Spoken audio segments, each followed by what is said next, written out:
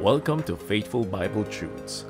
Ang ating punggol dito ay buksan ang salita ng Diyos at sa biyaya ng Panginoon ay matapat na suriin ang mga talata ng Bible upang ating malaman ang mga katotohanan na tinuturo nito patungkol sa mga mahalagang doktrina at mga issues sa loob at labas ng iglesia sa panahon natin ngayon.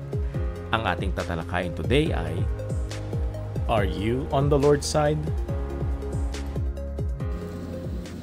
Sa isang talata po sa Book of Isaiah, sa chapter 8, mababasa po natin sa verse 20 ang ganito.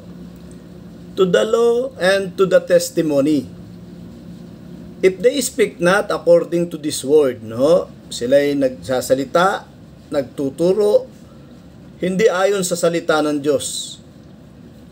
It is because there is no light in them.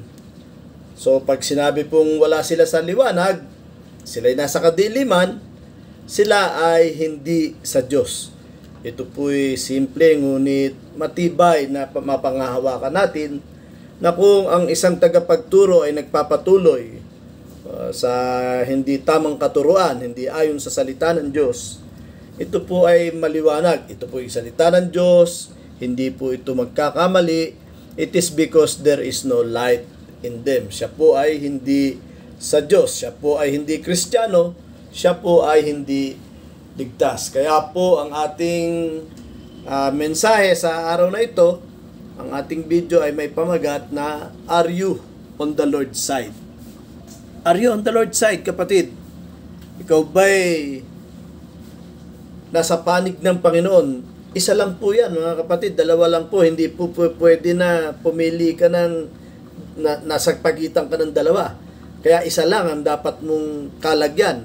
Dapat mong matiyak na ikaw ay nasa panig ng Panginoon. It's either you are on the Lord's side or on the side of the enemy, the devil.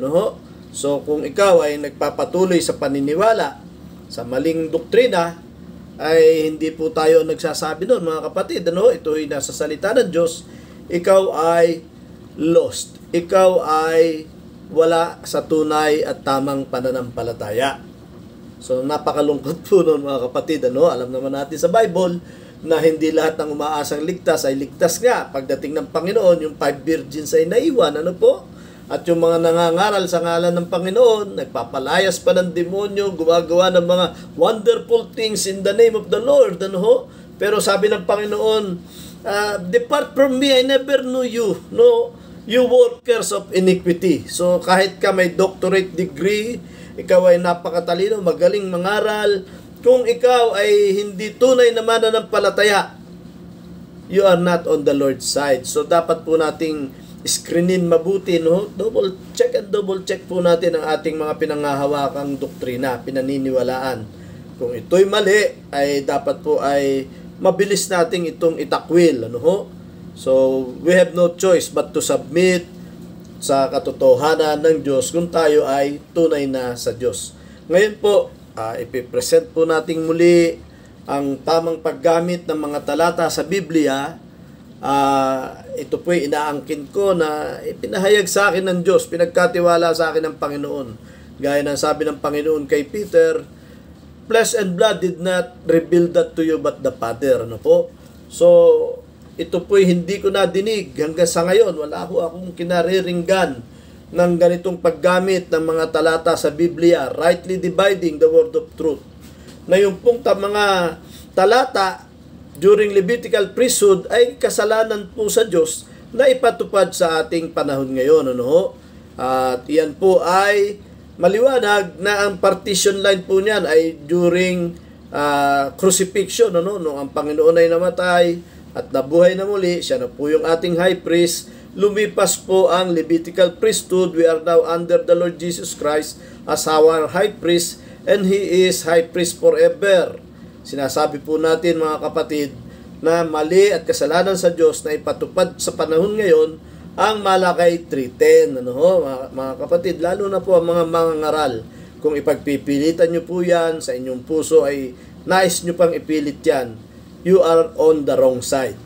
You are not on the Lord's side. So ito po ang God's doctrine. Narito po naman ang devil's doctrine, mga kapatid. Ito po'y malaking pananagutan, mapakabigat pong pananagutan sa aming panig, na kanila pong ipinatutupad ang Malakay 3:8 to 10. Ang tithes and offerings, 10% of your earnings, your tithes, above 10%, yun lang ang yung offering. So, ang doktrina po, minimum amount of giving ay 10%. Sinasabi po natin sa ngalan ng Diyos at may pananagutan sa ngalan ng Diyos na ito po ay aral ng demonyo. So, dapat na lang po tayong pumili, mga kapatid. Umiyak po tayo sa Diyos. Magmakaawa po tayo sa Diyos. Hingin po natin sa Kanya ang liwanag ng katotohanan. Pare-pareho po natin gustong makatiyak ng ating mga kaligtasan. Again, we love you with the love of the Lord. God bless you, mga kapatid. Magandang araw po. Kung kayo po ay may comments or questions regarding sa paksa ng video na ito, we would like to encourage you to leave it in the comment section.